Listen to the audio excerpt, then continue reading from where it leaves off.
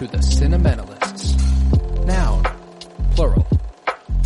Definition, those whose love for movies runs so deep, they can't help but do a podcast about them.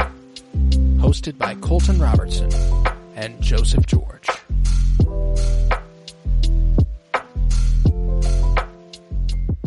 Hello everybody and welcome in to the Cinementalists. Today we cover the fourth installment in the Indiana Jones franchise. This is Indiana Jones and the Kingdom of the Crystal Skull. It was released on May 22nd, 2008, with a story by Jeff Nathanson and George Lucas and a screenplay by David Koepp, directed by Steven Spielberg. I am Colton Robertson. I'm joined by Joseph George. What's up, homie?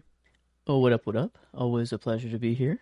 Oh, and it's always a pleasure to have you. And on the screen below me that I can see and you cannot, Kay, Beezy, Kyler, Barnett. What's up, buddy? We must return the skull. We must. How are we feeling? Okay. I knew how I felt because this is probably the second most watched Indiana Jones film for me.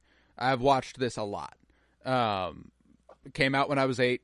I grew up on these movies, and I've returned to it, so I'm intrigued to know how Joe felt as a first-time viewer, and Kyler, how you felt as a first-time returning in a very long time. Let's start with Kyler, since you are the series irregular here. How are you? How are you feeling? Man, I love these movies because you can always count on them to bring you right in right away, and so coming back to this movie in so long, there's bits and pieces. I can recall little moments, but it's not like The Last Crusade where I can literally, last week we talked about how I was I can practically paraphrase each little 30-minute segment of that movie. I can give you a lot. This one, it's a lot more shaky. I can remember bits and pieces. I can remember certain scenes, but it's very fuzzy and there's not a ton into the details. And man, like I said, those opening sequences, this is another really strong one. Like I said, I think Last Crusade is my favorite opening sequence, and then Raiders right there with it. But man, this one might be I think this one trumps Temple of Doom for sure for me. But just that vintage Paramount logo, and then and just the groundhog. All of a sudden the transition and there's a groundhog, and then the Elvis kicks in. And you're suddenly it's so 1960s. Hound dog. Yeah.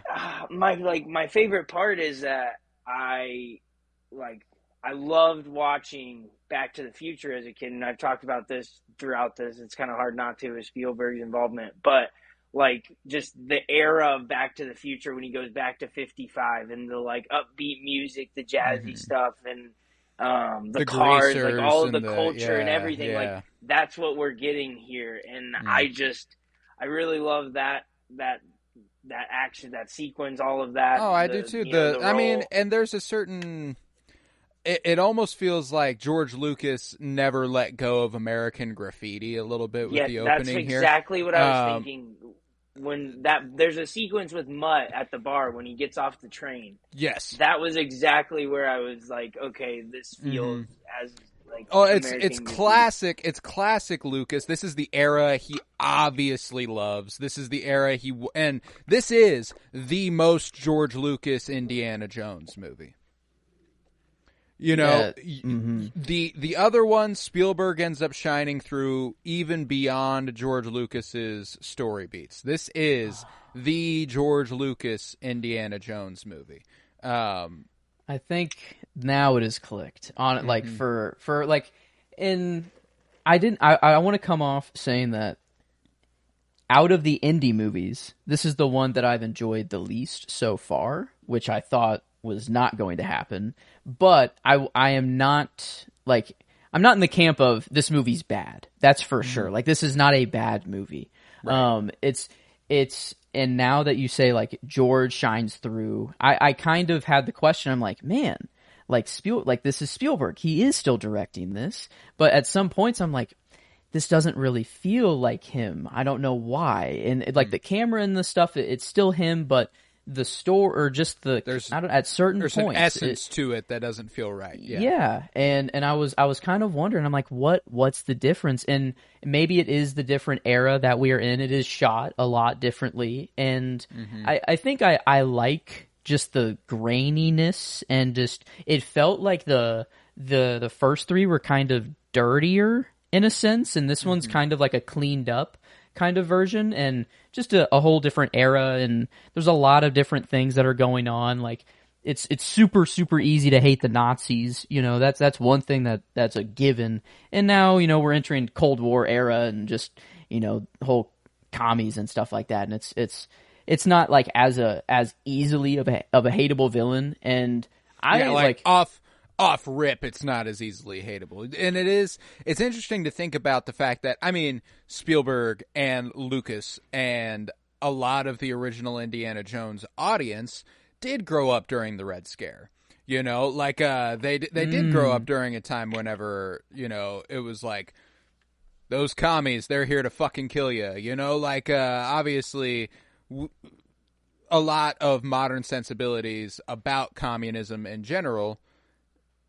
Obviously, the Red Scare and its effects have not dissipated entirely, but there isn't something inherently evil about communism. There's something inherently evil about the way fascism uses communism, and that's what happened in the Soviet Union. So, like, it's an easily hateable villain, but just not for us. We're a little too far removed from the Red Scare. I saw someone talking about, like, kids who were born in the early 2000s and after cannot know how bad cigarettes were, how bad the world was whenever everyone smoked cigarettes.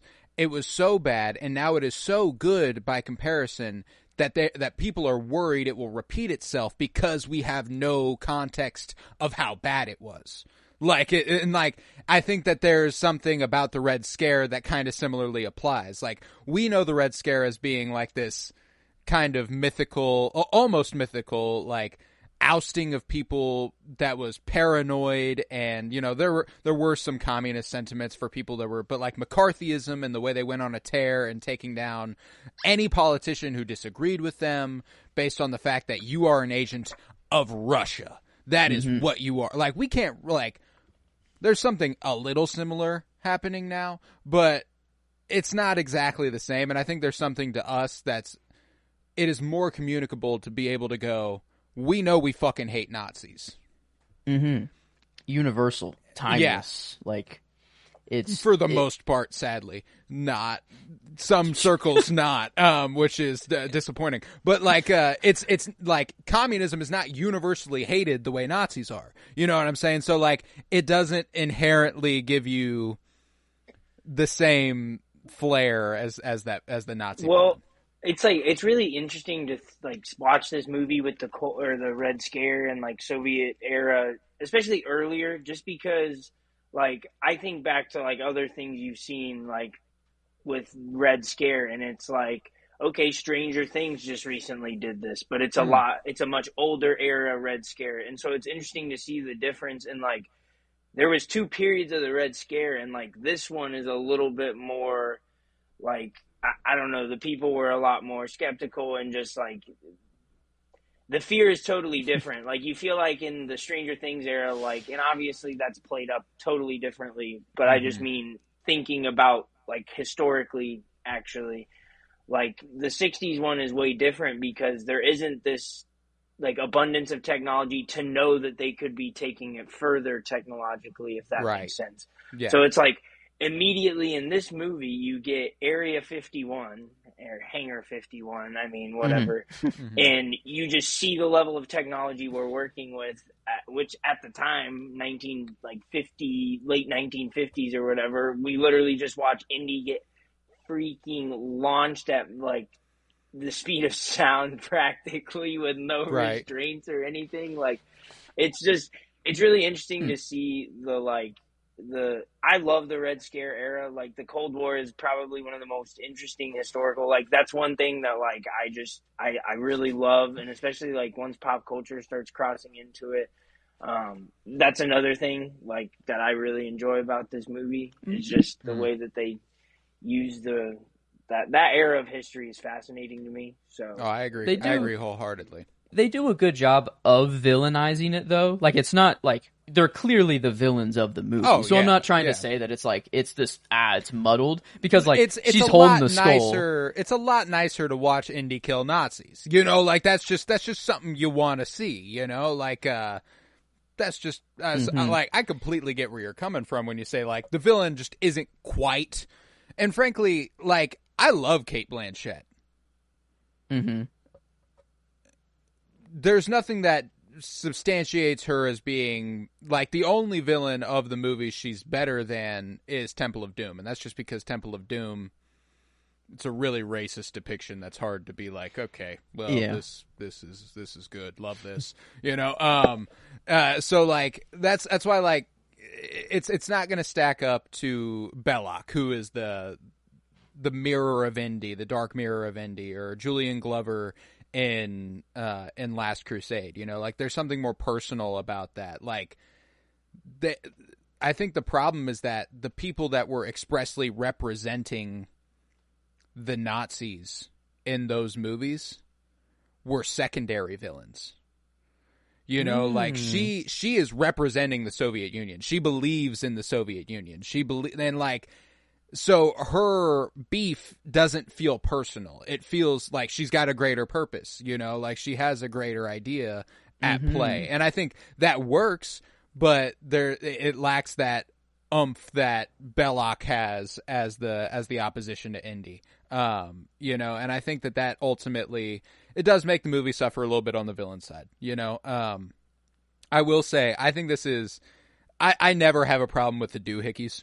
I mean the what's it called? MacGuffin? Or MacGuffin, no? yes, Okay. Thank you. The MacGuffin. You taught me this. I'm glad I'm in the know of it now. Yes, but... yeah. The Crystal Skull, one of my favorite MacGuffins in the movie franchise and in movies in general. I think that's fucking awesome. It's a brilliant idea. I think it's super fun, and ultimately that's why this movie, I come back to it all the time, is that like it's ceaselessly fun, man. It puts a smile on my face. I feel like it has the spirit of Indiana Jones through and through. I think that it does something that Dial of Destiny almost tries to reiterate. They evolve again, another about almost 20 years, 15 years for Dial of Destiny. That one comes post-Vietnam. I will spoil this for you. Shia LaBeouf's character dies in Vietnam. No, I'm not gonna lie. He is his son and all, and like it should be like this prodigal son that I care so much about. But like, it's Shia LaBeouf. Fuck Shia LaBeouf. Like he's fun. He does the greaser part well. You know, like I'm really sorry, but like there are very few things he does that I feel like actually like a lot of what makes Indy so cool and so fun, like he doesn't even come close to doing that. And I guess now that I think about it, he's a little more brash and like abrasive, which I guess is probably a little bit more along the lines of Marion, which is what makes those two so fun together. But it just doesn't translate. Like I don't know how to explain it. Like, you know, you feel like in your head, you're like, there's no way Indy would like just like actually like the things this kid does, and like you see that he doesn't a lot of the time. But I mean, there are he's far and away even including Dial of Destiny. Mutt is far and away the weakest supporting character in terms of like sidekick for Indy throughout any of these movies. Here's the thing, like I think if Indy, if Harrison Ford just would show up to like this movie and kind of like phone it in or just like whatever, like maybe Mutt doesn't really stand out as bad, but like Indy's older and he's still really doing it. Like Harrison Ford is really still like he's got Dude, it. The opening sequence in Hangar 50, like one of my favorite moments in any Indiana Jones movie is I love Ray Winstone. That's why like Shia LaBeouf really stands out as not just Harrison Ford doing poorly. Karen Allen, Ray Winstone, John Hurt, the entire supporting cast does really, really good. He is like obviously the weak link. I love Ray Winstone. He's the guy who double crosses him and then double crosses him and then double crosses him. Mac. Yeah, Mac. I love him. I love that actor. And it's at the beginning whenever they are playing chicken with the cars, and Ray Winstone is like, "You don't know him. You don't know him." I'm like, that's fucking awesome. That is a brilliant way to hype up Indiana Jones, and the way he swings up top and runs, like, that's fucking awesome. And like, they do a good job at building the legend of Indiana Jones through the eyes of mud as well. You know, you're a teacher. Part time. I love that. Yeah, like that's awesome, you know? So, Joe, you were talking about something off mic last night after you finished the movie about how the movie felt a little more self-aware than the previous three. Would you mind elaborating on that for me a little bit? Yeah. It feels like in the previous three, Indy was a human still. Like, and they made him, like, I feel like he's just dirtier. Like, he's barely getting out of situations. He's like, I don't know, like, everything just feels more real. And if something's happening to Indy, you know he's going to be safe because he's the main character. But like, you're like, oh shit, he could really, really die here. I feel like he's reached kind of like a legendary status almost come this movie, where those three movies do exist, and the legend of Indiana Jones and Harrison Ford, it exists, and everyone knows that coming into the movie. And that happens in the ones before, but they're more kind of aware on it and playing on it now. Like, the part that sticks out the most to me is kind of like whenever they get to, I guess I don't know what to call it, kind of that temple, and then the people coming out of every single place and attacking them, crawling in and jumping in, and he jumps in after them, and then kind of like up on the top, and then the lightning strikes, and kind of like it shows him in kind of all his glory, and it's cool and but like, he comes out without a scratch, like he's fully clean. His kit is like, it's almost like it's like a, not totally the Luke Skywalker reaching the legendary status sort of thing, but it's just there.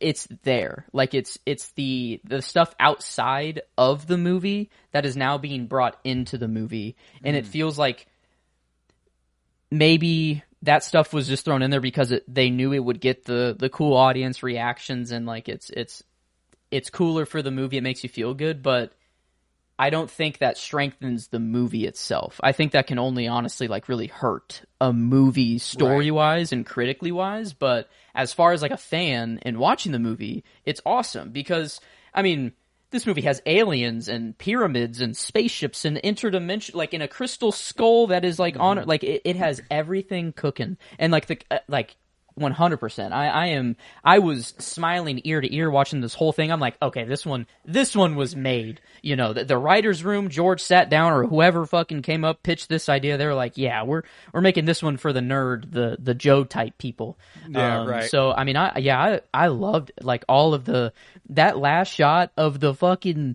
temple kind of collapsing into the UFO and then them taking off.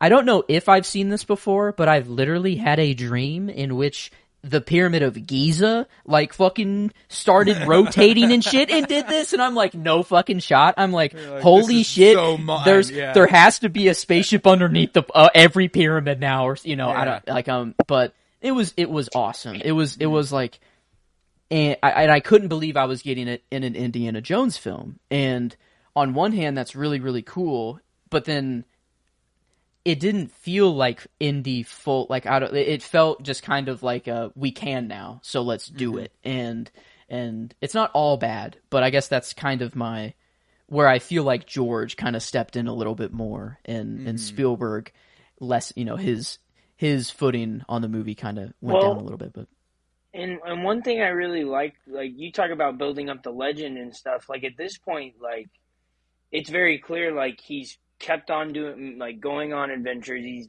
discussed all the things he's uncovered and done, and everything that we know and don't know, or they reference and allude to in this movie. Like, clearly he's seen and done a whole awful lot of stuff by this point, you know what I mean?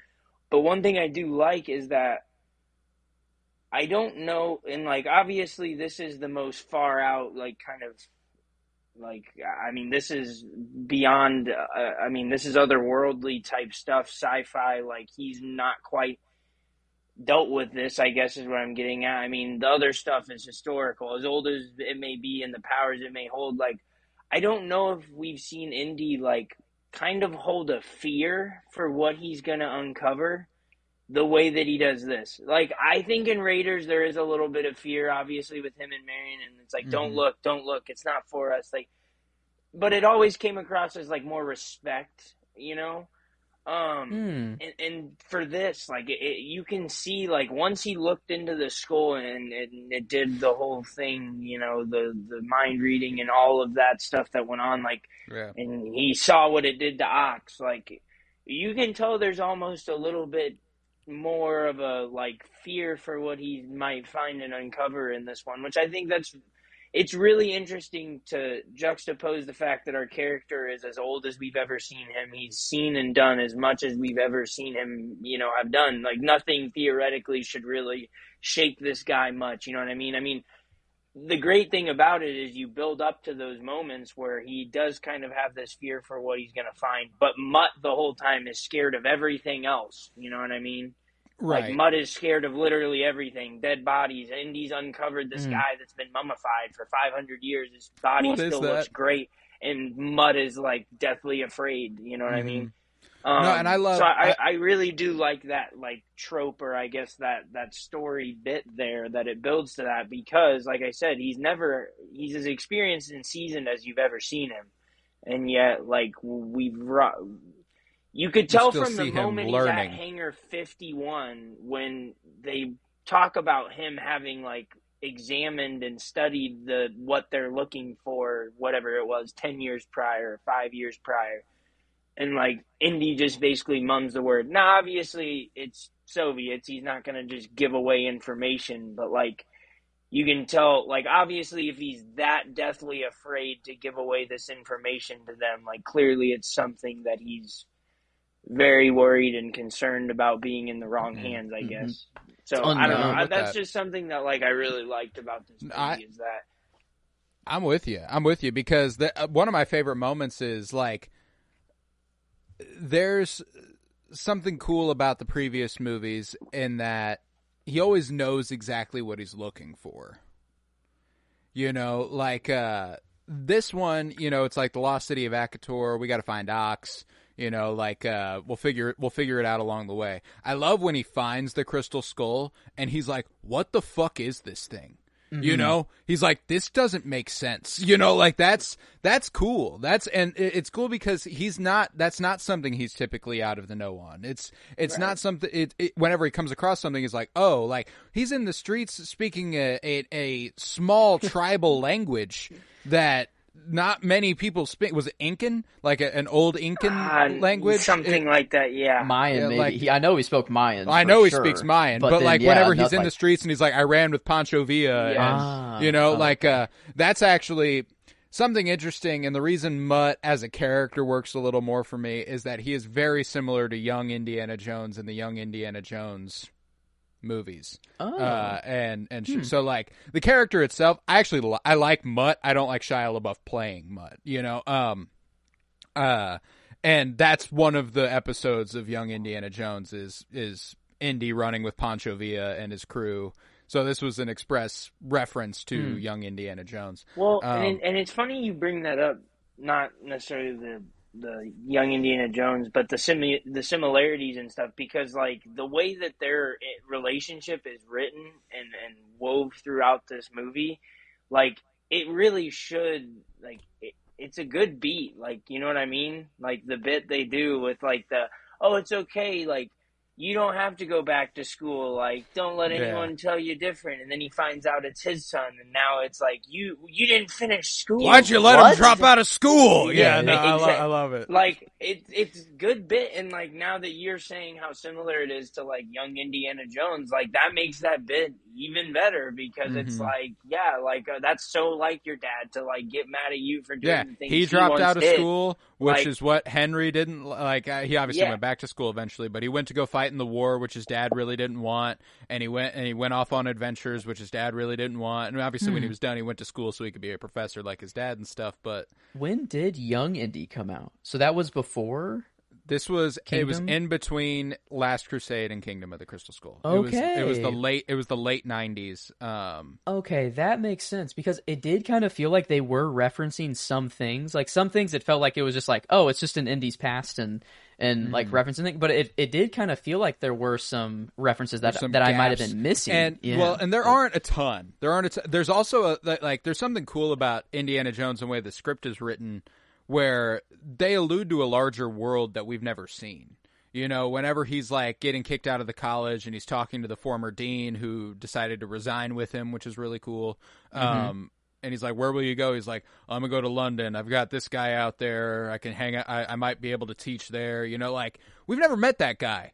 We've never been to Leipzig. You know, we've never been like but like it's cool that Indy has contacts all over the world, and you know he has contacts all over the world, and like they allude to that. Never comes up, but it's just like, yeah, I'll reach out to this guy. He even mentions him by name. Like it's just I like little details like that, and that's always really fulfilling for me in anything, but specifically with Indiana Jones. Like, yeah, he would have contacts all over the world. I think that's really cool. Yeah, we got a whole John Wick situation coming. I guess I still have no idea what's coming with Dial of Destiny, but I'm assuming we're not going to go, secret organization archaeology style. But not quite. Whenever you brought up the scene when he finds the skull for the first time, and it is kind of like that. Like, what the fuck are we looking at? He's like, cut against the grain. Yeah, he's like, the one I've seen, he mentioned like he's seen one before, but they were obvious, like, it was human made, it wasn't a real thing, it was just a replica, but then he holds this and he's like, this is just out of place, and I think, Kyler, you were talking about how he has kind of known everything before. Like, he finds an artifact and he goes, oh my god, this is the shield of blah, blah, blah. This is exactly what we need. And, like, he knows the artifact he's looking for before he finds it, usually. And I guess he knows he's looking for a skull, or that's kind of the whole thing. But there is this shroud of mystery of where it comes from, what it is. And then he sees it and he's like, oh, this is not man-made. It's something that we have not explained yet. And I think that's a super cool, just the concept of Indy is adventure and exploration and get out there. You can only do so much in the library. Whenever they're going, the motorcycle they slide through, and he's like, you got to get out of the library. I love that part. I love that part. Good, like man. it's good. So the usual beats of Indy is there, of the exploration and all that, but then they kind of throw in this it's like something unknown to archaeology. There's nothing you can do to encounter this before or even in the field. Like it's kind of just like an out of place artifact, and I thought that was a really cool kind of MacGuffin. It's by far my favorite MacGuffin out of all of them so far. I mean, I hope one of these things legit exists, and because like whenever the skull snapped back on to the alien's body and it just kind of like lined itself back up, and like, it felt like their skeletons, like they got some magic or some shit, but like they would never have any like scoliosis or spine problems because they're just fucking like, they magnetically fucking lock. I don't know. It just feels like their skeleton. Like, I want this technology. Like, I feel like it'd do really well for my skeleton. Getting into the biomechanics of aliens, talking about this movie, so everyone's clear. And that's why I think, like, I did have a blast. Like, I was thinking of all these stupid little details while I'm watching the movie, and they're not real. It's like, I know that there's not a spaceship gonna pop out of the Pyramid of Giza, but it's what I'm thinking of. I'm like, oh, wouldn't that be cool if on Earth this is how it happened to be? Or like, if there was a skull somewhere that could teach you fucking everything, or I don't like it, but see, and I love this movie because like there are times where it feels like they do like all there. I don't want to say silliness, but there is a certain level of like silliness / like whatever. I really like the way that they redeem it / earn it because of moments like the end when the spaceship flies away and everything crashes to the ground, and then the water fills everything and covers, and then Ox is like sand to their footprints or something like that. A broom over their footprint, a brush over their footprints. Yeah. There's a moment early, and like this is, it's Indy at his desk talking to the dean, and he looks the tough year or whatever he says, and it's the pictures of Brody and his dad.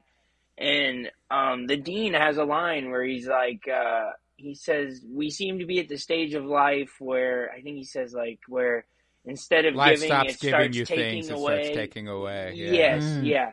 Like there are still those moments, and this is where I love like Indy is so unique in the sense that like the score has never once missed. It's always right on the money, and it knows John Williams is a master at just like he knows when to just let it be just there, like to where like that line is what I remember, but when I say it, I can hear the little like The little you know, flair. he has these like he's so unique in the sense of like he'll use like little twinkly like kind of sounds, you know, in those moments, or like when it's a whimsical like what am I looking at? Like it's this like otherworldly like mystical, yeah. like you know, I mean like he just A genius.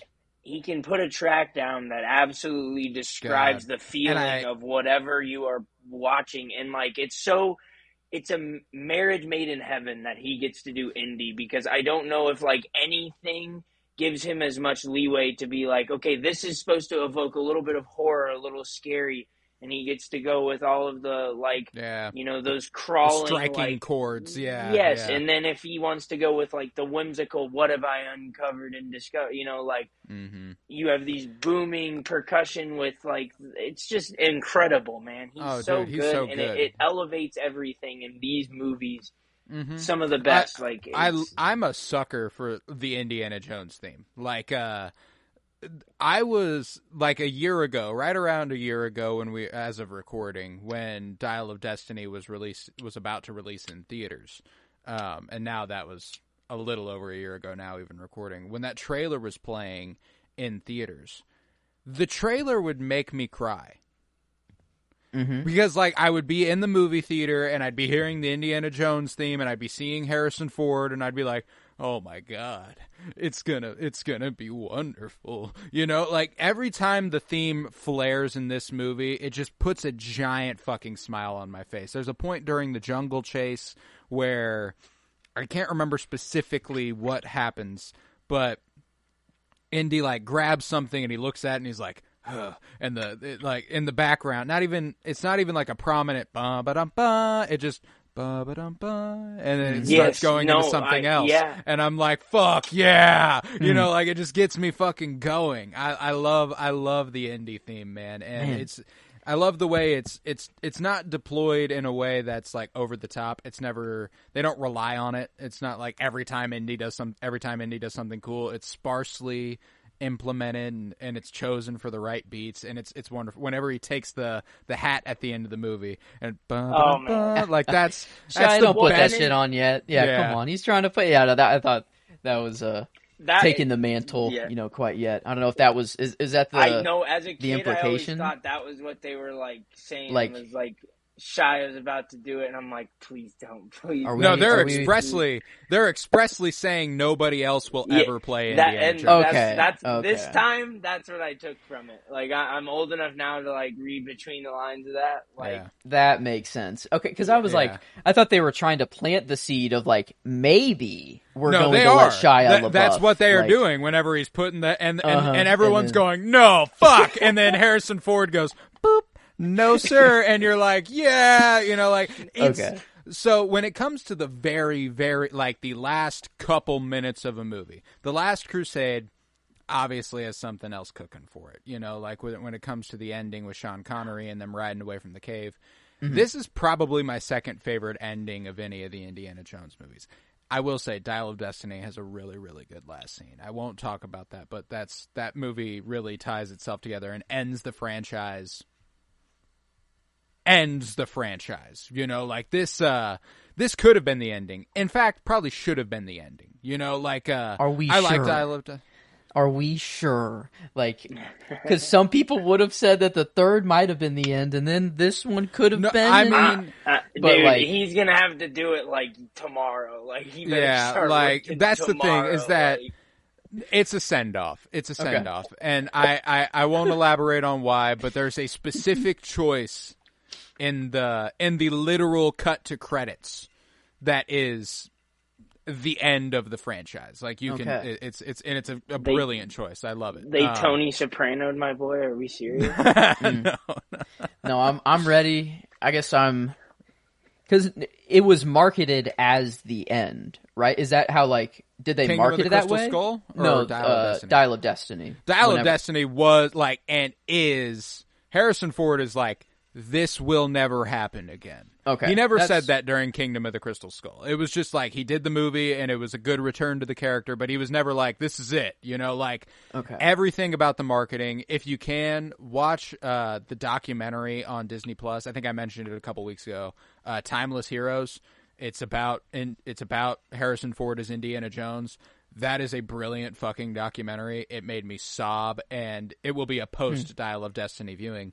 But it's, yeah, dude's done playing Indiana Jones, and nobody will ever play Indiana Jones again. Well, as long as. I mean, I think, like, if you were ever looking, like, Joey, like you said, is it the end? Like, Harrison Ford has not cared for a character or franchise the way he has cared for this one.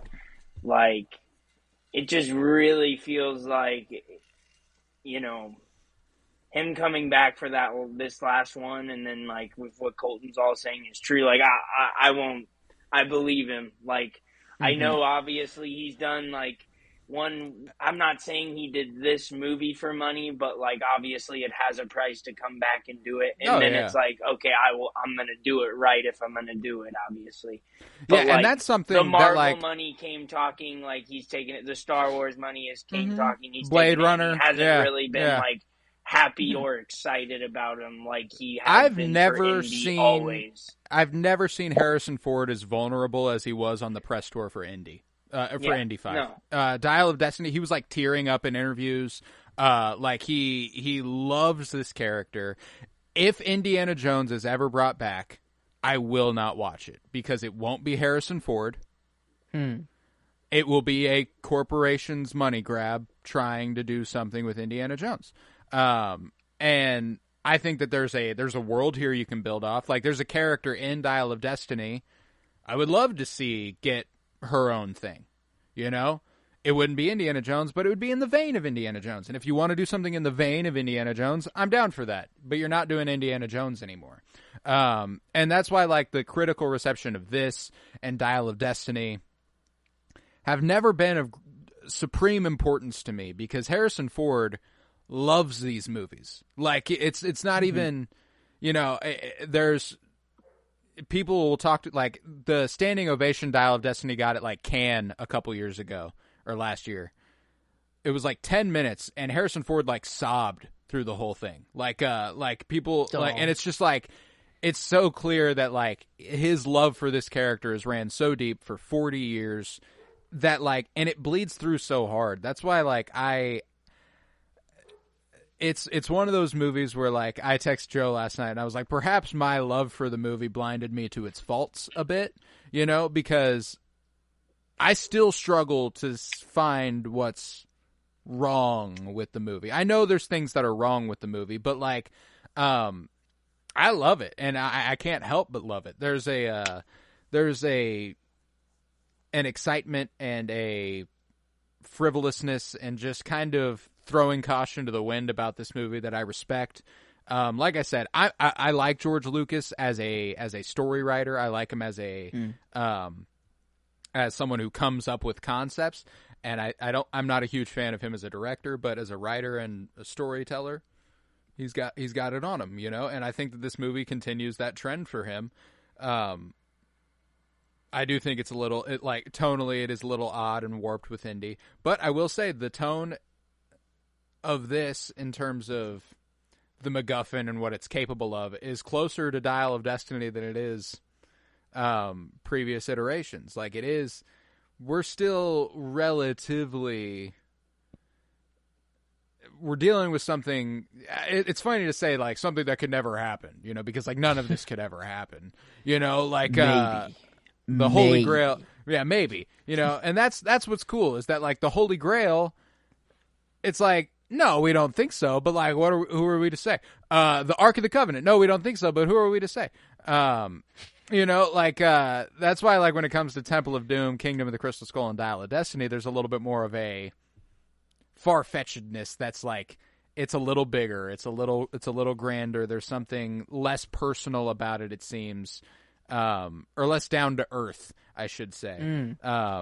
Yeah, and I think that there's something to it that that's why they are, for pretty universally, the bottom 3 Indiana Jones movies versus Raiders and the Last Crusade. And that's not just because it's not just because of that. Raiders and the Last Crusade are just that fucking good. But they are good. Yeah, I guess that was my main struggle, is I was comparing this only to the other Indiana Jones movies, and whenever you're doing that, you're comparing it to some peak cinema, and I love Raiders, I love Last Crusade. I don't even know which one I do like more, but right. I love those movies, and I have love for this movie, but I'm in the same boat. I don't know what it is that doesn't kind of put it on the same level as 1 and 3. But I think because I don't have this, all the past love and all of the nostalgia and the childhood connections like you guys have with Indy, but I said for Crusade, I said, wow, I kind of feel a little bit of nostalgia now. So I feel like I've entered a mode where I know Indy enough, kind of, and I felt like I was in the know, and the nostalgia was like a sort of there, and this.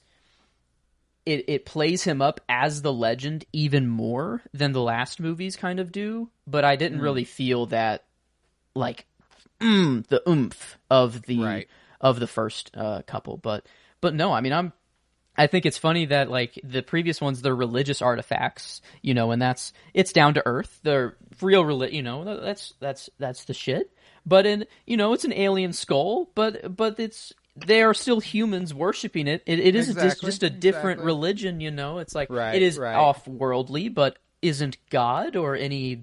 They're otherworldly, right? I don't know. I feel like so. It's I have this kind of really real life theory that I hope that just it's all. I want it to happen in our lifetime when we figure everything that's going to happen out. But I know it's most likely not going to happen that way. It's not going to happen while I'm alive. But man, these answers would be so fucking cool if I could just pop in a room with 13 aliens, and hopefully I'm not going to do the Kate Blanchett thing and try to learn everything. I'm going to be like, no, I will. Maybe that's a good question. What would you ask if you delivered the skull and you were able to ask that council? I don't know what you want to call them. What would you ask them? It's funny you say this because I always tell people, I'm like, dude, I hope when we when you die and it's over, there's someone either up whatever's out there after. I hope there's someone, or you either get to sit down and basically watch a movie of okay, well, all those things that this is what really happened.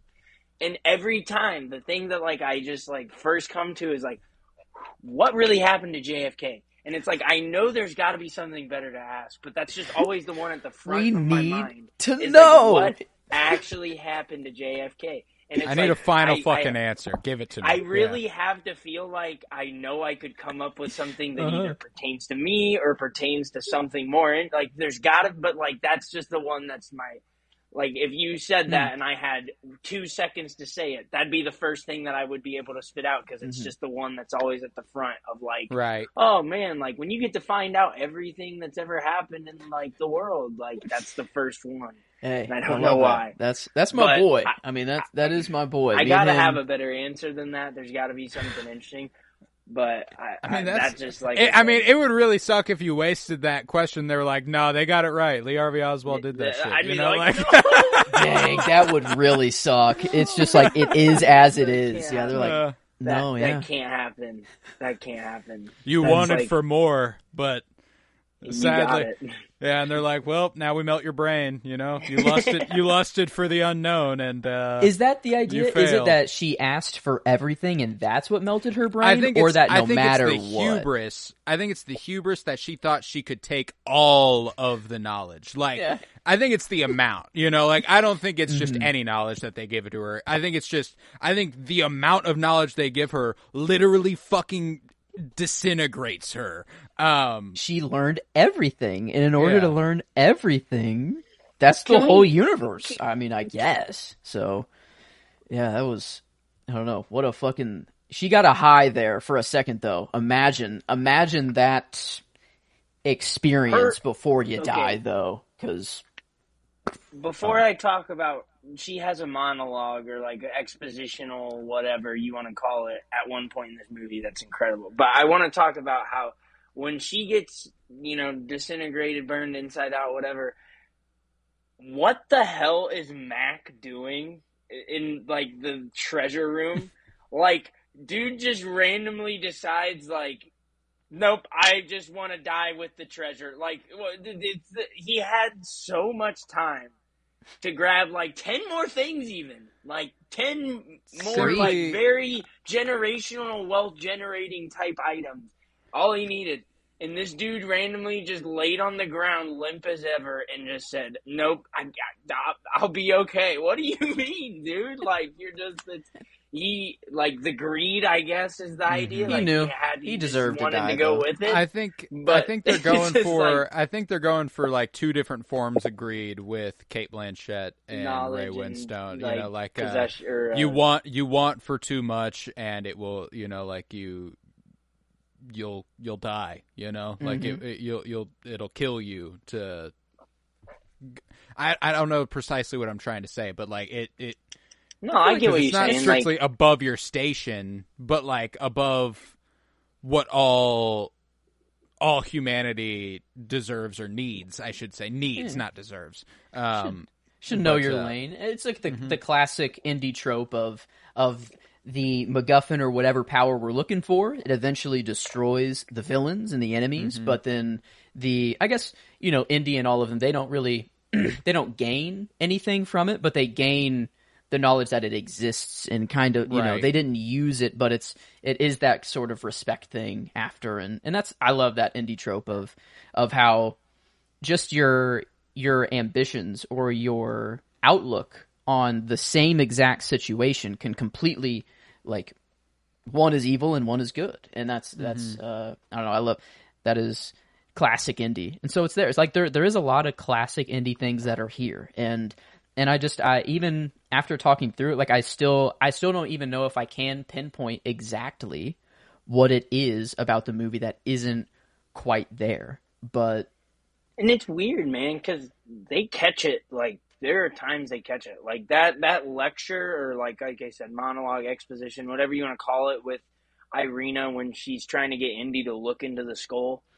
And it's like just the most Cold War, like Red Scare mongering. We will infiltrate like, fear, you from like, the inside and change you from without you even knowing. Like the whole like. I am become death, destroyer of my worlds. God! First of all, that the little like I literally put like Leo Once Upon a Time in Hollywood, I know that guy. Did Nuketown? Is this the origin of Nuketown? Or did Call of Duty come first? These places exist. This is how they tested nukes. Because I'm trying to think, like, Joe, I get what you're saying. The Call of Duty map that is, it's almost exactly like the colors of the houses. Yeah, like it was Nuketown. Nuketown was Black Ops 1. This is before Black Ops. It's got to be. It was Black Ops 1. I was 8 years old. That doesn't had to have been. So okay, so yes, right. so Nuketown is literally an Indiana Jones reference. Well, a real world reference but like I'm pretty certain like they built this city. No, it's definitely similar. Like I said, I think like this is a pretty carbon like cookie cutter thing like that like used to get done for these testing sites. First of all, Joe, I need you to talk how we've gotten this far. What that sequence, man! Like you had to have just loved that, right? I mean, like the car nuke? Trying to outrun the nuclear blast. I mean, come on! In a freezer, hurtling through the air, outpacing the car. The little detail, the lead lined freezer, or refrigerator, and then I love that. It was showing you can't escape it. This is one of those things that people fucking hated from this movie. That he manages to survive this. Okay. Well, yeah, he would die in real life. Sure, it's a nuke. It's a fucking nuke. Like, but it's Indiana Jones. What the fuck? Like, what are we doing? Do you want him to die in this middle of the movie and just get that's fucking awesome, dude. Like, whenever it's like, everybody cover your eyes and don't look up until 10 seconds after first light, because you'll go fucking blind. The way that they like frame it, where like you're zoomed in on Indy in the town, and he's realizing, and then they zoom out, and you can see the town in the distance with the tower and the nuke just sitting there with like. There's something engraved on it. I couldn't tell. I didn't catch what it was. Oh yeah. But like, just it's like, oh fuck, here we go. But a perfect. I like love in the theater, tension building. I guess. Yeah.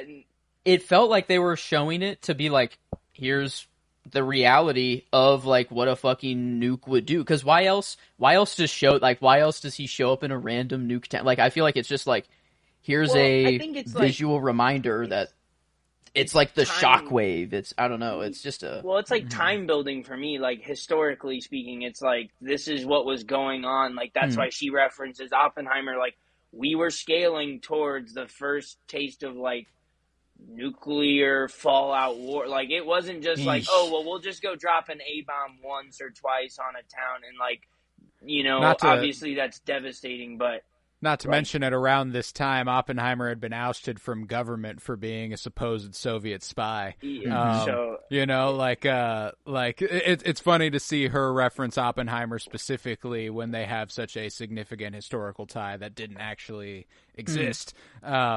But it's cool to, it was cool to see that, because I mean, like, she's going for the next step in that evolution after nuke. So like, it's kind of like we see the destruction that a nuclear bomb can cause at the beginning of this movie, and she goes later on, whenever she's like, the man who created your nuclear bomb, we're doing something that's even worse than that. You know, so it's, I've always taken it to be not only a period establishment, not only being like, and check out what nukes are capable of, but like, that's the power of the crystal skull and more, you know, like that's what we're going for. And I think that's it's an effective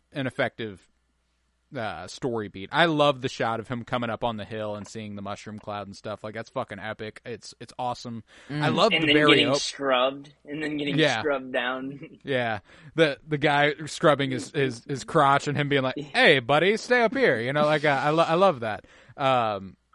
It's so much fun, and I think it's funny to see him getting the grilling from the CIA operatives. I think, you know, he's like, man, I'm loyal to my country. Fuck this. I fought the Reds. Like, it is what it is. And ultimately them being like, yeah, fine, you're Indiana Jones. It's cool. But don't rub your war record in our faces. You know, like that whole thing. I love it. But yeah, like, that was like, he's earned a lot of medals or whatever, but has he really earned, or does he still deserve them, or something like that? Was like a line I felt like they throw it in there, and I'm like, well, you know, you're talking to, man. Like, maybe kind of like a cigarettes thing. It's just been so long, you know. It's like, yeah, I don't know, but it seems like he's kind of still been doing his thing. Like, he's been steadily doing stuff between World War II and this now. Is what it seems. But he's on it. So, I mean. There was something that happened in this movie that I'm I didn't remember it, first of all, from like original, but I'm really hard pressed to rack my mind to find a time where I've ever had a Wilhelm scream on TV, but dubbed with like the actual face. Like, I don't know if I've ever actually had to see someone face on that close up express whenever the Wilhelm scream. It's a dub. Like, whenever Mutt is riding through the library and the guy's face is right there. It's I mean, like, it's me to this right now, like, close. And I mean, and that's you're spot on. I don't think I've ever seen a Wilhelm scream done that way. I was so shook when I saw it. I was like, I feel like as a kid, like, I knew that scream. I should have like picked up. Like, how did I not remember this? Because this is so singular. Like, I have never pick it up. How did I not pick that up? That is kind of Joe. It's right before he says the whole like, if you want to be a good archaeologist, you gotta get out of the library. Wow, Because but you're right. Every Wilhelm scream, like they're falling into a pit, or you just see it's just like one guy in the distance, or something. Like you may not see it for a variety of reasons, but I don't know. This was like That's funny. I could not think of another time I had ever seen it where it's literally just the guy doing it. It's cool that we've talked about this movie for as long as we have, and we haven't even arrived in any capacity at my favorite part of the movie, which is Marion Ravenwood. When the movie gets good from and no qualms really from that point. But I love Karen Allen. She is my performance of the movie. I love the way she plays Marion in this. There's a couple moments, like my line of the movie is, like whenever she's like, there must have been other women after me, and Harrison's like, they all had the same problem, and she's like, what was that? They weren't you, honey. And he climbs out, and she sits there, she's like, and she like rocks back and forth, like smiling and stuff. Like, I love that. That's a brilliant choice. I mean, you can see there's resentment, obviously, in some capacity. But like they can't help it. In the same way that like yes, Indy has done things. Obviously, like for me, like Marion's always been the best love interest, the only one who I ever felt like actually like had the juice with Indy, like compatibility wise, like the way they, whatever. It's like, but do you ever at any point feel like Indy is like someone that you like couldn't forgive? I guess you know what I mean. Like you as like someone like an audience member, like. Gotta forgive. Do you ever feel like it's like you'd have to do something really it's so fucked real up. that like yes, as much as she despises him, it's like he just has this like magnetic, and she does too. Though that's what's great is it's not like just like she's trying to and has to forgive him, which she does. Obviously, he's the one that's kind of done and whatever. But I mean, like. He had reasons why he didn't think it would work, and whether those were voiced or not, like he can't resist those either. Like, you know what I mean? Right. I mean, clearly she has the forgiving to do, but like she can. Well, and I think it's cool that neither of them ever like. There's a cool sentiment in this movie about love in general. How. Marion did fall in love with another man and he died, and she loved him, and he raised Mutt, and it was a great him I introduced you, like I loved that whole thing. But like the fact that I've always been of the mind that once you've fallen in love with somebody, you can, that doesn't just it doesn't just disappear, bro. Like, like once you've had someone in your heart and you love them, they have to do something fucking unforgivable for that to go away. Like that's, and I love the way that when he comes back into her life, they can't resist it. Like, it's like they come face to face again, and it's like, there's no question from then on. They're like, oh, well, it's almost like the second they meet up in that camp, they're like, we're gonna get fucking married, like it's that was kind of how it went. It felt like, and I loved that. I love Mary. Like, I would go so far, and this is a big statement coming from me because, boy, do I love Han and Leia. I don't think Carrie Fisher and Harrison Ford have the juice that Karen Allen and Harrison Ford have. Ooh, dang! I think you're right though. Oh, that's so sad to say. But I also think the composition of the characters themselves are like so different across. Yeah, it's like, 100%. It's a completely different chemistry. Yeah. And so I think that like as cool as they always try to make Han out to be, like that's what makes the whole like I love you. I know. Like that like the dynamic Harrison, is definitely like a different Indy, thing. Though it's just different. Like, yes, as much as they build him up to be this cool and suave like guy, like they also dumb him down. Like, especially in this movie, sometimes he's really klutzy in this movie, like showing his age a little bit. Like they clearly riff on that like yes, like obviously Harrison Ford is older, therefore we'll make Indy act a little older just to like keep up with, so that way you can't be like, well, Harrison Ford's old. Why is Indy able to? Yeah, right. Shut the fuck up. Yeah. No. But like, I mean, all throughout though, like they constantly like have this like where talked about going back to the first couple movies we talked about, where like Indy is just this inherently like chaotic energy about him, and like Marion plays off of that. That dynamic is just so much more like fun to watch, and I think it's more relatable.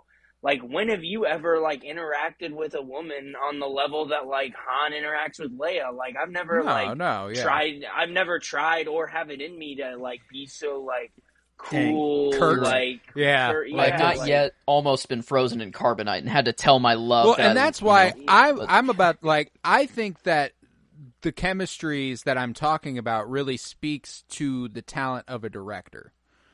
Spielberg is able to get something out of Karen Allen and Harrison Ford that Lucas and Marquand are not able to get out of Ford and Fisher.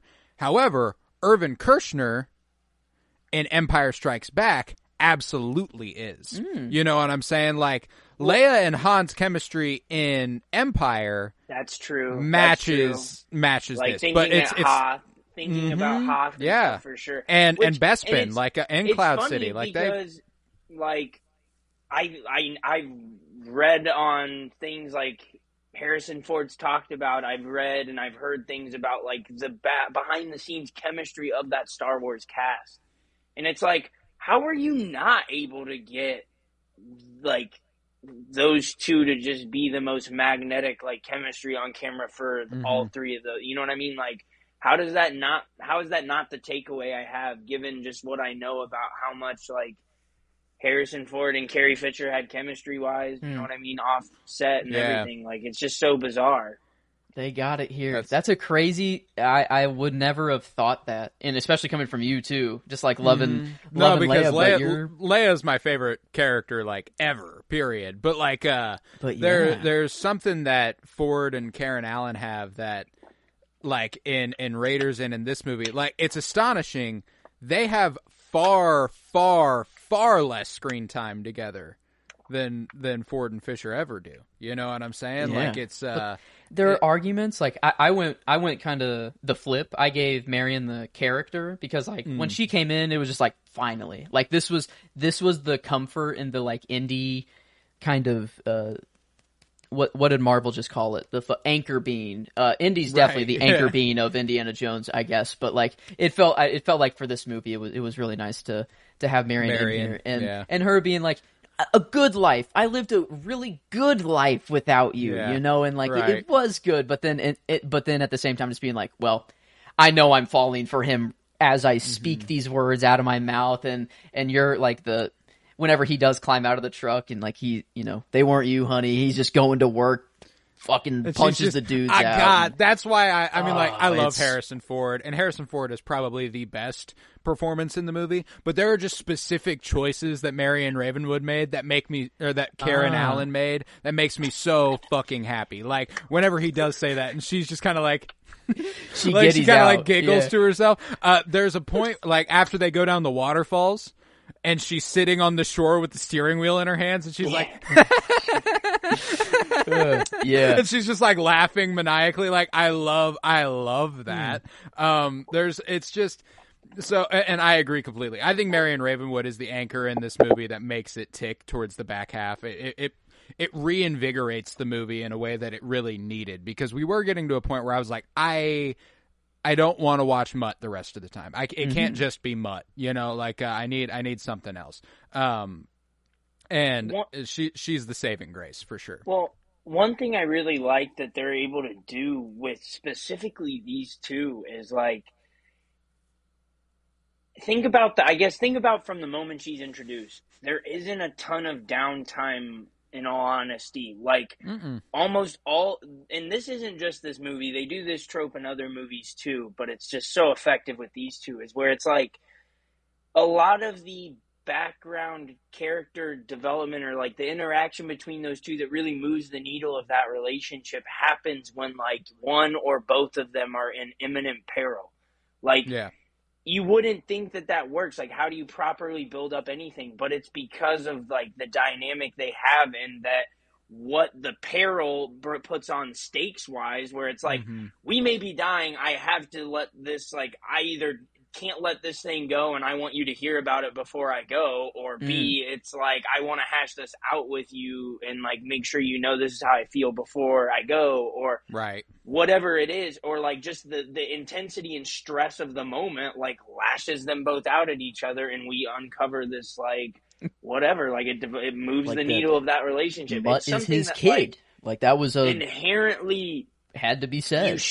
You wouldn't think action weaved into these character development things should work, but it just the chaos that those moments bring and what that does for the back and forth between those two, it's just magnetic. Like it's you can't the downtime.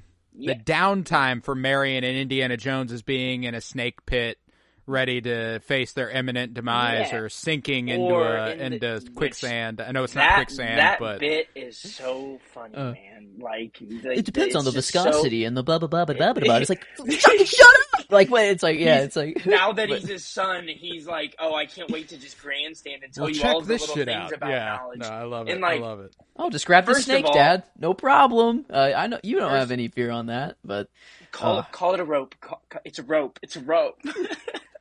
He's like, no, I think I can feel the bottom. Yeah, no, dude, it's such a good bit. And that moment is why Harrison Ford is as good as he is. Like whenever he's sitting there and he's like, I think I'm getting close. I think I can touch the bottom. I think my feet are almost there. You know, and they're like, there is no bottom. He's like, yeah, there is. You know, like it's so perfect that like what's keeping him from panicking, like. He's panicking about the snake when he is going to sink to his death, which is he'd rather die. Fucking funny. Yeah, he would rather die than just to touch a snake to save his life. It's funny because you call back to like all of the times, and obviously he's been afraid of snakes for like the majority or all of the franchise.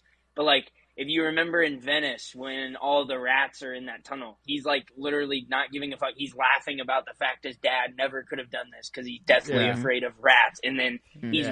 Dance on your own dime, will you? To Mutt when the scorpions are all over. There was a Kyler moment. The tale as old as time. I was watching the movie and I felt like, Kyler.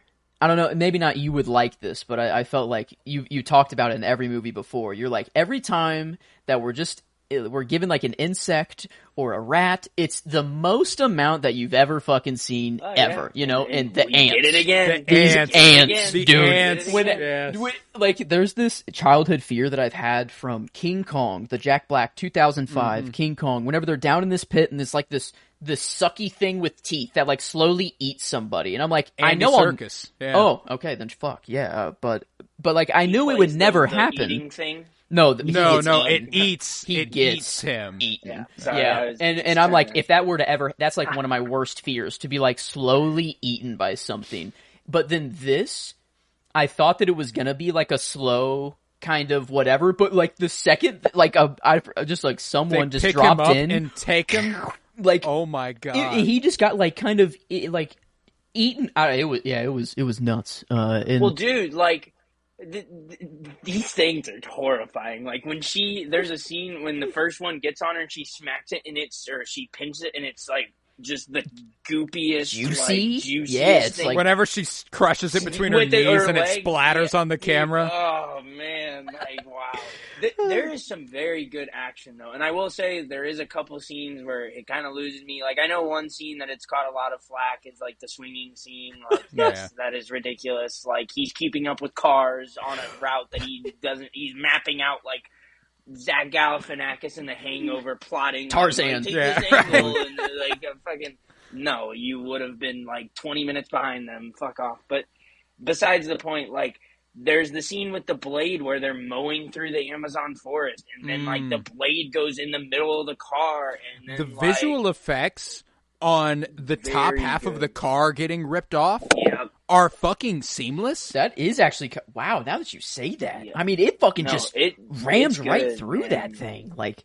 Well, and then like the car launches and falls on top of their car, and like that, like was that VFX or was that a That wasn't a Dude, or I guess it could have been a miniature or something, but like it that, could've, they do a but- good job. They do a great job. I mean, in you this see movie. all Like, four it's- of them in the car. You watch the thing mow off the top of it. We do not cut. There's nothing that happens there. And then you see all four of them without the roof of the car, you know, and you're like, They literally that's get up. really, Yeah. really good. Wow. Like, it's super good. Like, so there are obviously points where like, I love, it doesn't look as good as previous Indiana Jones movies, but I really love Mutt versus Irina with the swords on the cars. that was Um, dope. That was You know, I love that sequence. I love the way Marion is like, all right, lead with your front foot, riposte. You know, like I love that whole. She's like, Mom, This isn't a match. Mom. You know, yeah, I Like, love nope, it. It's worse. It's And- for your life. Figure And it out. it's one of my favorite things too. Whenever Indy's like, you know, he's even doing a fighting thing, but he looks over and he's like, Proud. yeah, no, that's my no, fucking that's boy my right boy. there. You That's know, my I love boy. it. I love So- it. Yeah. So we've talked about how, like, throughout this series, like, it tends to mimic or mirror some of the things going on, whether it's Lucas or Spielberg. I've got to know, like, does Spielberg have a son, like, around? Because, like, there's some tropes in this movie where it's like, oh, yeah, he's doing the, like, Yeah. dad thing. where it's Spielberg like, got a girl pregnant, didn't It's- know. Dude, no. And- Like, the part where he's trying to shine the flashlight and he can't put it in the right spot and he yells at him about it. I'm like, oh, man. Like, dude, I was that kid. I Funny remember enough, that. Like, Funny enough, the Spielberg self-insert in this movie is Mutt. He's the kid? he is Yeah. not, though. Oh, I see. Yeah, Ah. Spielberg is Mutt, and Indy is his dad. Dropped out of school. Dropped out of school to pursue what he loves, which is literally a beat in The Fabelmans. Which his dad goes, you know what? If it's making you unhappy, you need to do what you love. I understand. I don't love it, but it's what you need to do. Which is literally a sentiment Indiana Jones has in this movie. The villain who he sword fights on the back of the car has the exact same haircut as Mitzi Fabelman, which is who his mom is in the Spielbergs, the Fabelmans. Okay. Like it's I gotta Okay. watch this movie. Oh, The you have Fabelmans- to watch The Fabelmans. Oh, dude. The Oh. Fabelmans is so good. So good. It recontextualizes literally everything Spielberg's ever done. We've talked about it every week. Every week there is something that I can go, this connects directly to The Fabelmans. I'm checking Yeah. it out. It's, What's it? you know- Am I gonna have to rent it, or do you know if it's on anything? I think it's on something. Okay, I'll look. I can find it. But yeah, no, it's well worth your time. It's just a 2024. really good coming of age movie. It's obviously autobiographical. The kid is Sammy Fabelman is Steven Spielberg and how he grew up. It's really, really good. But yeah, no, like that was what was interesting connecting that was that the self-insert, even though Spielberg at the time of directing this is obviously closer to Harrison Ford's age, his self-insert is Mutt, which I thought was funny. I really appreciated that, especially considering it came from an era that he grew up in. You know, we opened The Fabelmans on January 10th, 1952 or whatever the fuck, 1950 something. You know, and this is an era he has a direct connection to. It's not his dad's era; it is his. Like he grew up during this time, and I think I think that comes through to a degree. Especially like my favorite sequence in the movie is the bar. Or the diner into the campus car chase. I love whenever he's like, "Hey Mutt, hit this guy, hit him as hard as you can," and he knocks the shit out of the jock. The greasers and the jocks come up against each other, and then you get that fucking This greaser. bow, bow, ba-dow, ba-dow, bow. Like It's that shake, music rattle, kicks and in. roll, I Yeah, think, dude. right? Yeah, Exactly. dude, Yes, it's and I awesome. fucking love it. I love it. It's so perfect. They hop on the bike. They go. Harrison Ford climbs through they got the bus and the car. He climbs through the back of the car, back onto the bike, and that whole thing. I love that whole sequence. And they go through it reminded me if you go to school on a big college campus, like when I was at Columbia, when I was at Mizzou. I would constantly imagine how I would have this car chase done. on that campus. I was like, all where, the like, columns, dude. Yes, all the columns. Yes, crazy. yes. You were you're circling the cooking. columns. Like You're that. cooking. Like Yeah. I'm like I had that shit mapped in my head how beautiful. it would go. It was like Beautiful. I loved the idea I of can mapping that visualize out. it. Yeah, I would. No, A I car loved it. chase in my campus would last a total of 2 minutes. We would get from one end to the other, and we could do it. Probably it'd be more on scooters or bikes if we were to do it here.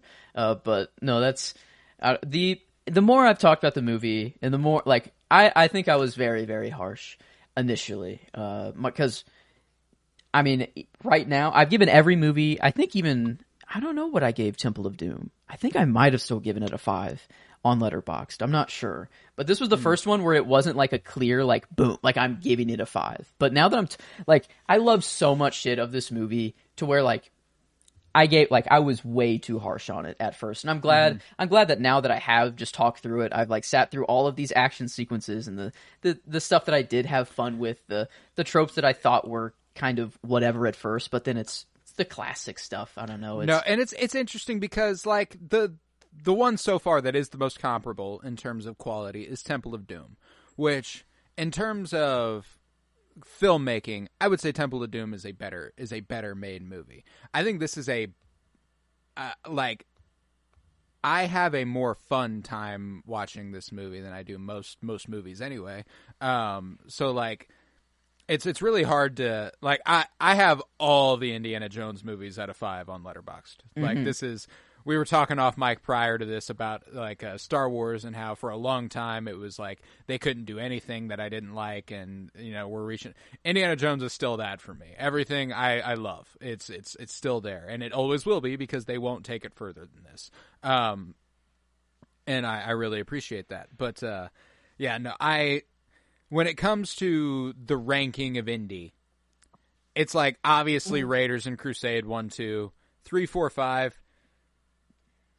It could be anything any given day. Like I love all these movies, so it's hard for me to be like, well, I definitely like Temple of Doom more than I like Crystal Skull, because it's not how I feel. Some days I like Crystal Skull more than I like Temple of Doom. I love Dial of Destiny. I can't wait to revisit it. It's definitely the one I've watched the least since it came out last year. It's also the longest, which might be the only problem with the movie, is that like it does not need to be 2 hours and 20 minutes or whatever the fuck. Okay. Yeah, this one was right at like 2 hours, right? This one, like, Yeah, it was I don't know, kind of.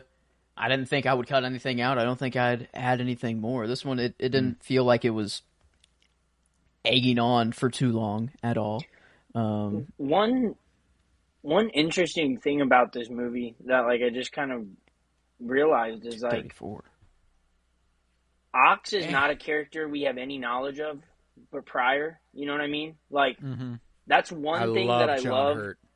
Well, here's the thing: is like Indy has shown so much respect and dependence for his sidekicks always, and even when he gets crossed, like you can see how bad it pains him. Like he's crossed by Mac and it kills him, and eventually he gets crossed so many times by Mac, he's just like, yeah, whatever. Like you can see when he's like, I practically spelled it out. I'm in the CIA, and he looks at him like, yeah, right. yeah, all right, whatever. Okay, sure. But like there is such a like all throughout these movies, it's weaved so seamlessly how much he respects and needs his like sidekicks, his people who like he leans on them. You know what I mean? There is a definite like respect and dependence there, and so I really like that. Like even though we don't know Ox, like this is something that like a lot of movies get knocked for. It's like you can't just throw some character that we have no background knowledge of, a character that means nothing to us, and then make us care. Like that's what's I feel like that's something sometimes people hold against movies when this type of thing specifically happens. franchise movies. Yeah, but it's done so well because, like I said, how much Indy cares for the people that have done him well and looked out for him, and people who his respect for. I mean, knowledge is the thing, right? Like, Ox has so much knowledge on this thing, and he is so, like, you know what I mean? There's that... Well, and there's that layer in this story where Ox practically helped raise Mutt. Mutt looks at Ox like a father, ever since his dad died, he views... And there's another really cool beat where Indiana Jones looks at him and he goes, like, do it for Abner. like talking about Marion's dad. Man, you know, like that's really cool. Like there's a history that they imply with Ox, even though we've never seen him, that ends up making him a really, really powerful character. Like the sequence where they're sitting across from each other by the campfire, and you know, he's waving his hand around like he needs to write something, and he's repeating the same lines over and over. Beautifully photographed. I love everything in that camp. The way the light shining on Indiana Jones, his shadow on the tent wall. You know, that whole thing. Them being silhouetted there. There's I love unnatural lighting. I don't care. There's a moment wherever they are sitting right there, silhouetted, and Cate Blanchett is right in between them. Her face is lit up, and they are silhouetted. Mm-hmm. Like, that doesn't make sense. There's nothing but it looks fucking awesome. You know, like, it looks great, and in the moment, you don't think anything of it unless you're going, wow, that's a really well-lit shot. You know, like, it looks really fucking good. It's not like you're like, that doesn't make any sense. No, you're like, that's pretty. You know, that's how things should look. I love the way it's photographed there. And there's, I really, really love the way it's photographed when they go into the cave after they go through the waterfall. And it's got that like shimmering. This is something we were talking last night about 2000 Spielberg versus, you know, what has been 80s Spielberg, what we've been covering of late. This really washed out, bright, white lighting that's coming from behind them is classic aughts Spielberg. Like Minority Report, War of the Worlds, even Catch Me If You Can has a degree of this. And it's mostly because of the photography of Janusz Kaminski. I think him kind of starting to collaborate with Spielberg versus Douglas Slocum, who did the first 3 Indy movies, might be what's causing the disconnect in visual language for you. It's a whole new photographer shooting the movie, and obviously it still has Spielberg sensibilities, but there is a difference there. Now Kaminsky's been his cinematographer for a long time now, since Schindler's List, I want to say, so like right after Last Crusade. Okay. So that might be causing a little bit of a disconnect too in terms of what visually it's emulating for you. He still shines through though. I don't know. They're like, oh yeah, he absolutely does. I'm trying to think of where it was, but there was some like tarp. I told you I texted you the shot that it was like Indy his shadow was on like a tarp or something that you could see through, but then you could still see him through his shadow, and it was just kind of like his They silhouette. were in the camp. It was right before he was about to get mind fucked. That's right. Yeah. Okay. Yeah. And that shot, I mean, it was whenever you can use a shadow and like have the hat, you know, the silhouette of his hat, and then he just kind of like was in his aura, it kind of felt like, is kind of what they were well, shooting. I mean, like the opening, the very, very opening, the staging of that sequence, whenever they arrive at the army base and you see the hat on the ground, you watch the feet step up to it, and then they pan up to the shadow and then put in the hat on. Like, that's fucking cold, you know? And I love the color grading there. I sent you an example of what it really reminds me of, which is the early 60s CinemaScope Great Escape sort of vibe that they were going for. And I think that is mostly what this movie is going for. It obviously blends a lot of modern sensibility, but that opening sequence particularly reminded me of early 60s, late 50s, which is what the movie is set in, you know? And I think that goes a long way for me. But yeah, man, I love this movie. I have a real soft spot for it. And while I can recognize it's not as good as the first 3, I love it every bit as much. So yeah, I don't know that I have much else to say. Is there anything we feel we've left out? I think we've got it all. I'm trying to think, like, I mean, most of the big sequences are like things that I felt like I had to hear from Joe about or like just talk about. I feel like we've got to. There's not a character we're forgetting I agree, about. Like, it's so weird because like I can remember watching this and being like, yeah, like the 3, even like when I watched it when I was younger, like when this one came out, like, yeah, there's something here. And now, like, I watch movies in a little bit different vein, scope, and stuff. I can't. I'm with you guys. Like, I can't place what it is. Like, I think what the answer probably is closer to is it's just like it's really hard to capture that lightning in a bottle over the course of, I mean, what at this point was 30 years, 30 give or years. take. Yeah, I mean, almost like, 30 years. Yeah. it's really hard to capture that after such a I mean, and it's still there. Like, I don't mean to say that like this movie misses the mark of being Indiana Jones and an Indiana Jones movie, not even in the slightest. It's just like I don't know what quite is, but like there is a little something, and like sometimes I felt like maybe it was just like I don't know, like some of what makes Indy so fun for me to watch like back in that time is like the 80s style of like just filmmaking and like some of that, like, and that's not to say that the new age stuff doesn't look great, because the, like we've talked about, the VFX, the action sequences, what they were able to push the fold and do with this new technology and stuff was they got their money's worth for sure, like hands down.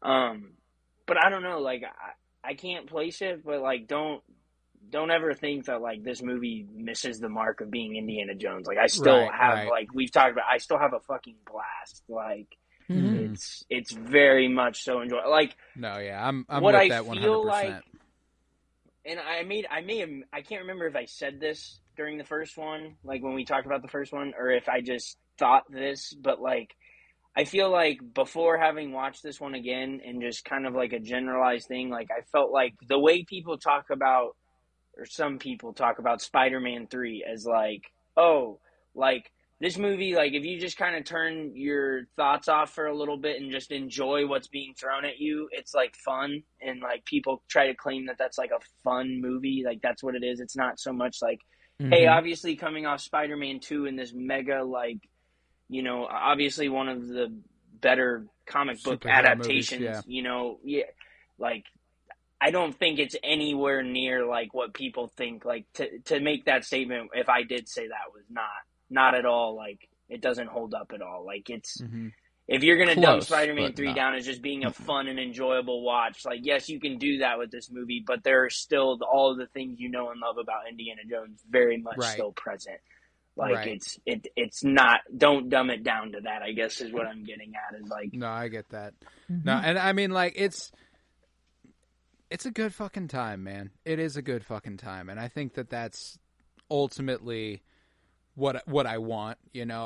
Like, because Last Crusade spoils you a little bit, you know. Like, Last Crusade, you absolutely get more emotional payoff than you do in any other Indiana Jones movie, even the ones prior to it, like by like a lot, you know. Raiders.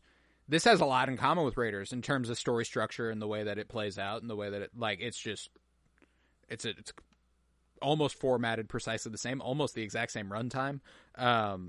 There's a very, very cool mirror to the first one. And I think that that's because it was supposed to be the last one.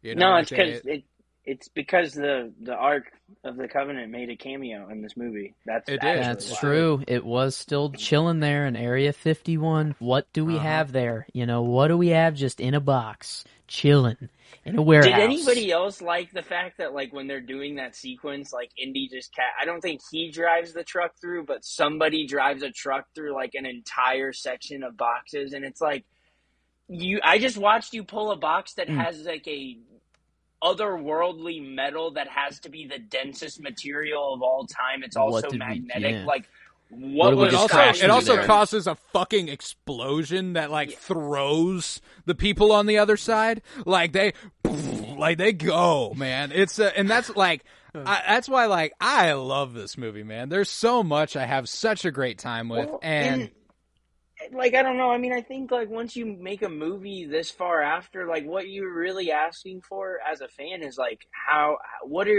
can you do something different? Like, what can you do? And they do. Like, they go for some things, and there are different things. And, like, here's the thing, like, to come back to the whole Spider-Man 3 illusion type thing is, like, that movie was messy. Like, that's why it's not.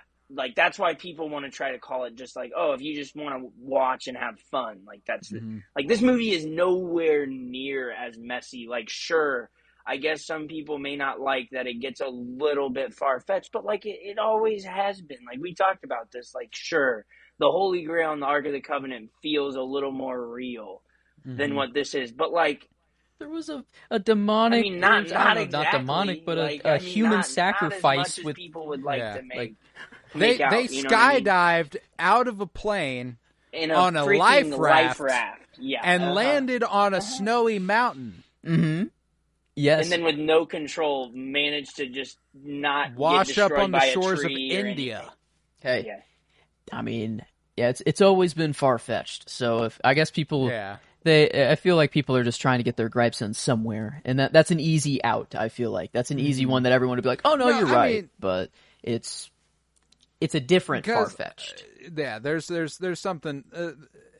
I can accept that maybe tonally you don't like the way this blends with Indiana Jones. You know, that's fair. You know, like, it's always been far-fetched, but the type of far-fetched this is doesn't fit the tone of the character.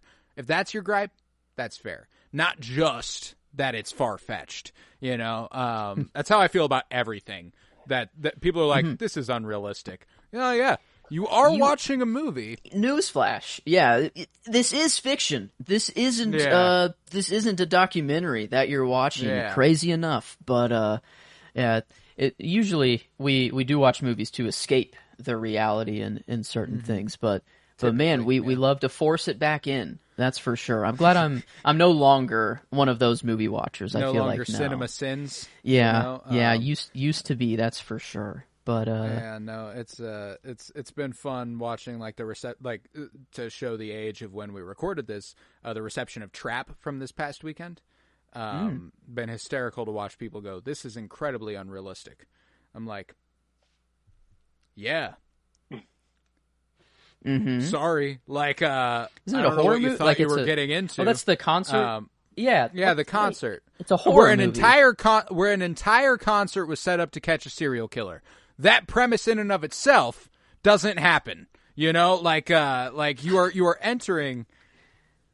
Well, as far as we know, I was going to say, did something happen that I am unaware about? I was going to say it's not exactly what you said, but there is like an iconic thing in like the 80s, I think, where like the Washington Redskins, now the Washington football team or whatever, but Commanders or whatever. The Commanders, they did a thing where like anyone with outstanding like warrants or something like that, they basically sent fake free tickets to like all of the existing address. So all these people had to do is like just not be still living at the existing address of where, and almost like they literally brought in like hundreds of people to this like what's supposed to be free tickets to a game, and there's no game. They just they arrested them when they show up. Oh yeah, my god! Like they busted people doing that. So, like, obviously not the same as a concert, but, like, loosely, like... Yeah, concert set up to catch a serial killer. Yeah, no, not quite. Like, these weren't violent criminals, to my knowledge. Like, we weren't going after, like, you know, people who we thought had violent... Because I think there was a game. Like, obviously, like, to get it set up, like, football games are every Sunday and you get 8 home games. So you can't just be like, oh, they play today. And it's like, well, it's Saturday. Well, like, yeah, right. No, it's like, Tuesday morning. So, like, you know, like, obviously you're not bringing violent criminals to, like, oh, I'm taking my family to the Redskins game. Hopefully there's not thousands of criminals showing up today. Yeah, right. But, this concept is not totally out of the realm of possibility. No, I get what you're saying. No, like so, but it's inherently far-fetched. Not impossible, but far-fetched. You know, like and like that's why I'm like, I don't know. There is like, and yeah, there's some stuff that doesn't make sense. Have a good fucking time, man. I don't know. Like even with the Tarzan jungle swinging, like that's the one thing where I'm like, okay, maybe it's a little too over the top here, but now that I'll rewatch it, I'll be like, fuck it. Why do I care now? You know, like honestly, like if he catches up with them, whatever, he's Tarzan swinging with some monkeys. That's the fucking dream. That's honestly true. If I could do that. That's all I thought when I was watching the sequence. I was like, God, that fucking rocks. No, you know? Let's be real here. Like, in reality, like, you're getting murked by those monkeys in an instant. So, like, if I can have a, But they were if like, I can they go were join like, them and they like, you're fuck one of with us, me, though, you know? They Like- knew. They Bro, knew. They come fucking Well, knew. it's redemption for the monkeys. The only monkey we've seen in Nazi Indiana Jones was a monkey? Nazi. Oh You know, like they were like, we need to And the show other that one not all got killed monkeys by are a date. bad.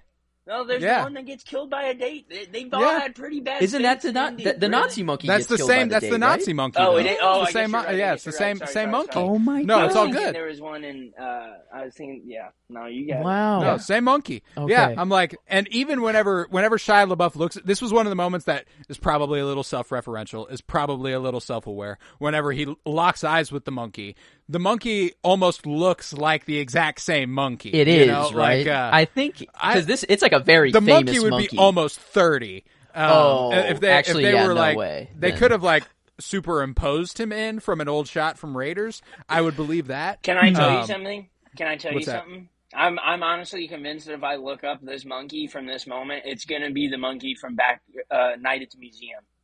Yes, he is a literally famous monkey. I looks swear. like he is superimposed. You say superimposed, and that's what's like tilting me because like I'm almost positive there's a shot in Night at the Museum where like that same like when he is superimposed in there, it's a downward type angle. And I swear in Night at the Museum there's a scene where the monkey is like, I think he's like looking all innocent or whatever, kind of like that one, and then he goes and does some bad shit to Ben Stiller, but like I swear, man. Dang it, I couldn't find anything. Like I even was the trying to lighting scour, looked exactly as it did in that scene. It did. No, this monkey. Because now I don't think it's the same monkey as the one before, because that is a long time difference. Okay, but maybe this I'm wrong. is a This monkey that looks different. This looks different. Maybe I'm wrong. He's just been really in looks stuff like that we know. This is an early 2000s monkey. I don't know. You're right. He is a We've seen this familiar looking before. monkey. We have yes, seen him before. he is familiar, and that is weird. But Wait, hold on. He has history. This monkey from Night at the Museum has history with Steven Spielberg. He was actually. You want to know something funny? You've seen him before in a movie we've talked about in this podcast. really, a monkey? Spielberg. A Spielberg movie? Was it Raiders? He is Benny from The Fabelmans. Oh, it's the same monkey. There's a my monkey in the God. Fabelmans? Yeah, remember? Mitzi brings home the monkey, and she names it Benny. It's And also, everyone's like, "Oh, you're mentally unwell." Oh my also god! from Hangover 2, funnily enough. Holy shit! Yeah, my famous. God. I looked it up. The monkeys in Crystal Skull are all CGI. There are no real monkeys. Oh damn! I really thought he looked like the. But that's the that thing dude, is that though. because it's CGI, I think they are emulating that original monkey. Could be. Is what they're going for. Could be, but wow, it's the but, Fabelman's monkey. That's kind of, that just jogged my memory back of that monkey back in that movie. Yeah, But okay, wow, lands on Paul Dano's head, and he's like, "Who's this?" Yeah, no, I love that part. It's Benny, and they're all like, "Oh, let's get you some help." Yeah, it's a wonderful movie. You'll get that eventually. It sounds great. The movie is not all monkey and crazy. It's a lot. It's a really, really good family drama. It makes me cry a lot, actually. Yeah, no, I loved this movie. I thought it was so much fun. But I think with that, we can go ahead and wrap it on up. I'll do the plugs, and then we can rate this bad boy. If you would, head to Twitter, follow @Cinementalist, spelt the way it is in the name of this podcast. It'll give you any updates on what we're up to. We're an offshoot of the Penny Bloom podcast, which currently we would have just wrapped up coverage of The Penguin on HBO. It's so we're kind of in between things. We're looking forward to Dune, the Dune television show coming up soon. Very, very excited for that. Probably going to be the next thing we cover, I assume. Feels like me and Joe are both pretty excited for that. We are doing Fulcrum, a Star Wars podcast. We're gearing up towards the end of Season 2 of our Rebels rewatch, and we will be covering Skeleton Crew in December. Very excited for that. But yeah, head to Twitter, follow at PennyBloomPod for overview, anything, everything we might be discussing, Cinementalists specifically for this show. Leave a 5-star rate and review wherever you might be listening, and download. I would appreciate it greatly. But yeah, with that, let's rate this thing. How are we feeling about Kingdom of the Crystal Skull? One number to encompass every single feeling you have about this movie. Impossible, but I'll try. I don't think I am out of 10. That's for sure. There is hesitation. A 9 even still feels a little bit too high for me, which is maybe not. I think I'm in like the 9. I'm around an 8.75, a 9, or a 9.25. That's kind of where I'm hovering. I wonder what we gave Temple of Doom. I guess we all gave Temple of Doom a 9. 9 straight just up. a 9 straight.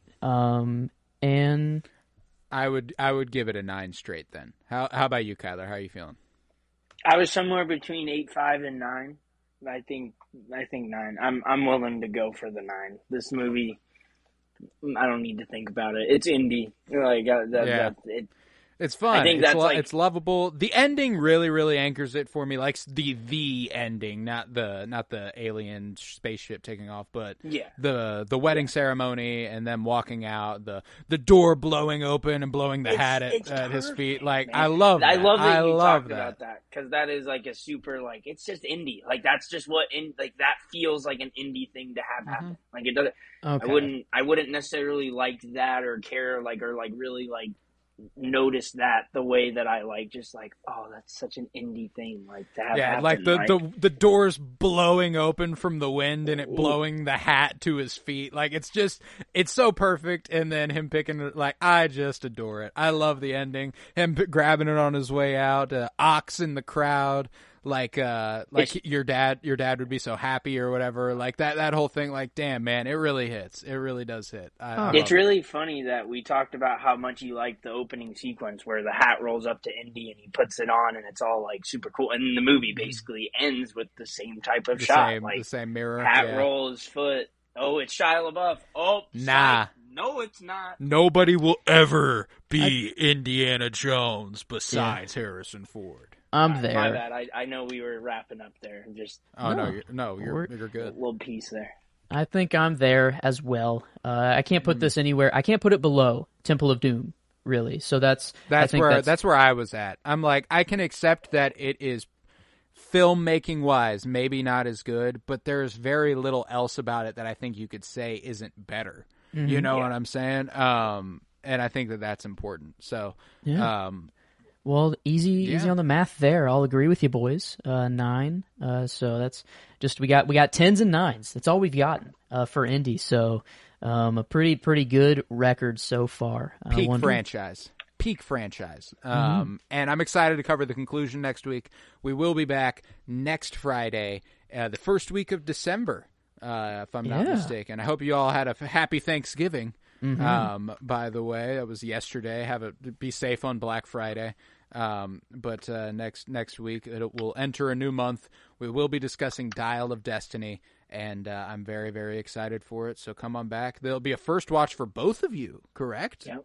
Definitely me. I'm very excited. So it'll be the third time I've watched it. So marks the least I've watched an Indiana Jones movie. So which is more than any I've watched. Any amount of them. Yeah, there you go. So very excited for that. We will be back next week with Dial of Destiny. And with that, I was Colton Robertson. I was joined by Joseph George. Thank you very much, homie. Well, thank you for having me. It's always a pleasure to be here. Oh, and it's always a pleasure to have you. And thank you very much, KBZ Kyler Barnett. Absolutely. And remember, they weren't you, honey.